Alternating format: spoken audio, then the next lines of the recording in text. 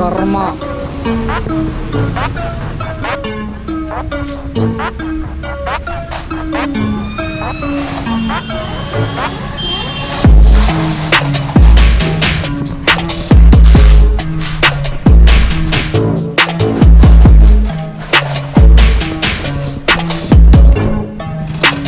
നമ്മളെ ക്ലച്ചിന്റെ ഓപ്പിങ് നോക്കാണ്ടോ.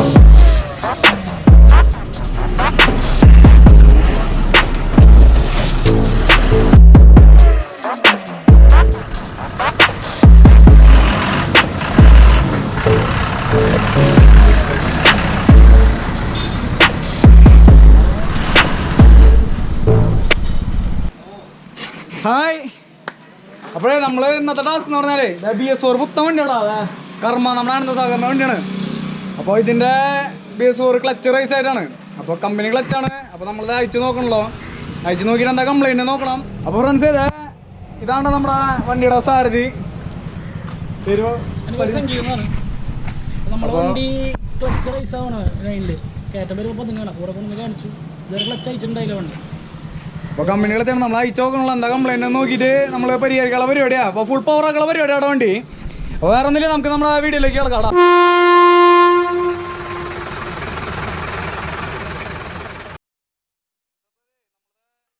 ക്ലച്ച് അയച്ചിട്ടുണ്ട് കേട്ടോ. ഇതാണ് ഡിസ്കയിൽ കിടന്നത്. ഡിസ്ക് ഒരു കുഴപ്പമില്ല. കല്ലിനും ഒരു കുഴപ്പമില്ല കേട്ടോ. അതേപോലെ തന്നെ ഇതാണ് പ്രഷർ പ്ലേറ്റും വലിയ കുഴപ്പമില്ല. അപ്പോൾ ഇതിൻ്റെ ഇഷ്യൂ എന്താണെന്ന് വെച്ച് കഴിഞ്ഞാൽ ഇത് കമ്പനി സെറ്റിങ്ങിൽ അളവ് പോരാണ്ടാ. കമ്പനിയുടെ അളവിൽ സെറ്റ് ചെയ്തപ്പോൾ ഇത് കുറച്ച് കഴിഞ്ഞപ്പോൾ റേസ് ആയി തുടങ്ങിയതാണ്. ഇതിപ്പോൾ നമ്മളിത് ഇതിലിനി ഷിമ്മൊക്കെ സെറ്റ് ചെയ്തിട്ട് ക്ലച്ച് സെറ്റ് ചെയ്യാനുള്ള പരിപാടി. വേറെ ഒന്നും മാറ്റുന്നില്ല. ആ കൂടി ഡിസ്ക് മാത്രം. അതെ, പുതിയ ഡിസ്ക് വാങ്ങിച്ചിട്ടുണ്ട്. ഡിസ്ക് മാത്രമേ നമ്മൾ മാറ്റണുള്ളൂ കേട്ടോ. അപ്പോൾ ഡിസ്ക് ഇത് ഇടണോണ്ട് കുഴപ്പമുണ്ടായിട്ടില്ല. ഇനിയിപ്പോൾ നമ്മൾ അത് പണിത് കഴിഞ്ഞിട്ട് ആ പുതിയ ഡിസ്ക് കിടന്നോട്ടെ എന്ന് വെച്ചിട്ട് ഇതിൽ അത്യാവശ്യം കനുണ്ട്. അപ്പോൾ ഡിസ്ക് മാത്രം മാറ്റിയിട്ട് വേറെ ഒന്നും മാറ്റണില്ല. ഈ സാധനം മാറ്റിയിട്ട് നമ്മൾ സെറ്റ് ചെയ്ത് കയറ്റാൻ പോകാട്ടോ. വേറെ പ്രത്യേകിച്ച് ക്ലച്ചിൻ്റെ ഇഷ്യൂസും കാര്യങ്ങളൊന്നുമില്ല. സാധാ വരുന്ന പോലെ ഇതിൽ വേണോട്ടാവേ അല്ലെങ്കിൽ ഇത് വേണോട്ടാവേ അങ്ങനത്തെ ഒരു ഇഷ്യൂ ഒന്നുമില്ല ക്ലച്ചിന്. ജസ്റ്റ് ആ ഒരു മെഷർമെൻറ്റിൻ്റെ വ്യത്യാസം മാത്രമേ ഉള്ളൂ ക്ലച്ചിൽ. അപ്പോൾ അതാണ് നമ്മളിത് ശരിയാക്കാൻ പോകുന്നത് കേട്ടോ. ഫ്രണ്ട്സ്, അപ്പോൾ നമ്മളിത് ക്ലച്ച് സെറ്റ് ചെയ്യാൻ പോകട്ടോ.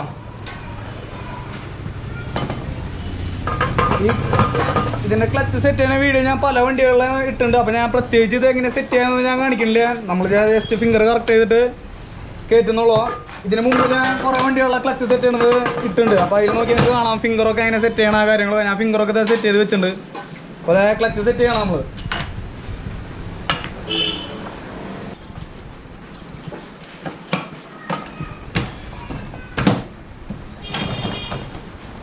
ഒരു 12 ബോൾട്ട് വരും അതിൽ.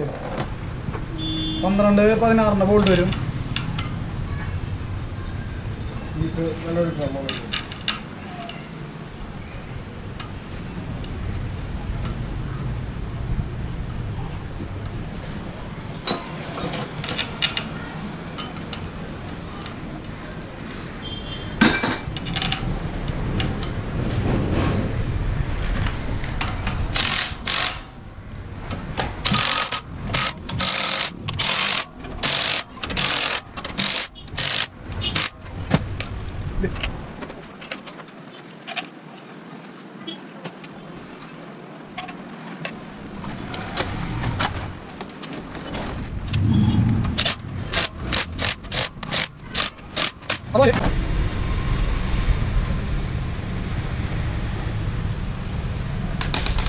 അപ്പോൾ എല്ലാ ഫിംഗറും അലൈൻമെൻറ്റ് കറക്റ്റ് ആയിട്ടുണ്ട്.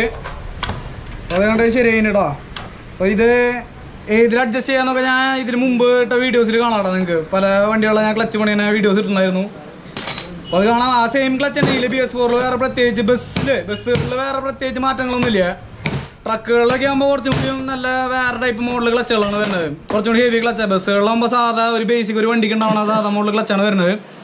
അപ്പോൾ അത് വേറെ ഒന്നുമില്ല. ഇനിയിപ്പോൾ നമ്മൾ സെറ്റ് ചെയ്ത് കഴിഞ്ഞു. ഇനി വണ്ടിയിൽ കയറ്റാൻ കൊണ്ടോ കയറ്റി നമ്മൾ ഓടിച്ചു നോക്കുക. എന്നിട്ട് നോക്കാം എങ്ങനെയുണ്ട് നോക്കാം. നമ്മളത് ക്ലച്ച് കയറ്റാണ്ടോ.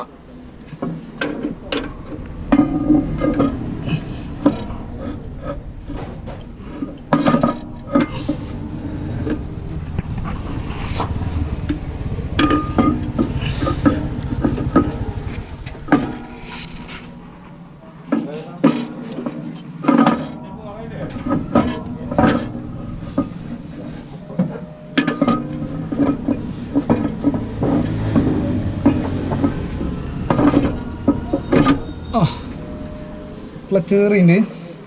ഇനി ഞാൻ നേരത്തെ പറഞ്ഞ 12 ബോൾട്ട് ടൈറ്റ് ചെയ്യുക. അത് കഴിഞ്ഞ് ഇതേ ബാക്കിൽ കാണുന്നത് ഈ ഗിയർ ബോക്സ് കയറ്റുക. ടൈറ്റ് ചെയ്യുക, പണി കഴിഞ്ഞൂടാ.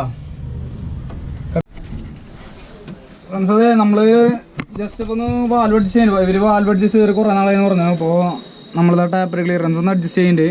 ഇത് അഡ്ജസ്റ്റ് ചെയ്യണ വീഡിയോ ഞാൻ മുമ്പ് ചെയ്തിട്ടുണ്ട് കേട്ടോ. ഒരു ലോറിയുടെ എങ്ങനെ അഡ്ജസ്റ്റ് ചെയ്യാം, വാൽവ് അഡ്ജസ്റ്റ് ചെയ്യാന്ന് പറയുന്ന ഒരു വീഡിയോ ഞാൻ മുമ്പ് ചെയ്തിട്ടുണ്ട്. അപ്പോൾ കാണാൻ താല്പര്യമുള്ളതൊന്ന് കാണാം. ഇതുകൊണ്ട് കഴിഞ്ഞ് കഴിഞ്ഞാൽ നമ്മൾ വണ്ടി സ്റ്റാർട്ട് ചെയ്ത് ഓടിച്ചോക്കള പരിപാടി കേട്ടോ. അതെ, നമ്മുടെ പണിയൊക്കെ കഴിഞ്ഞിട്ടാ. വണ്ടീനെ ഓടിച്ചോക്കാൻ പോവാ. അപ്പം എങ്ങനെയുണ്ട് നോക്കണല്ലോ. അപ്പോൾ അതെ ലൈലൻ്റെ സൗണ്ട് കേട്ടാ.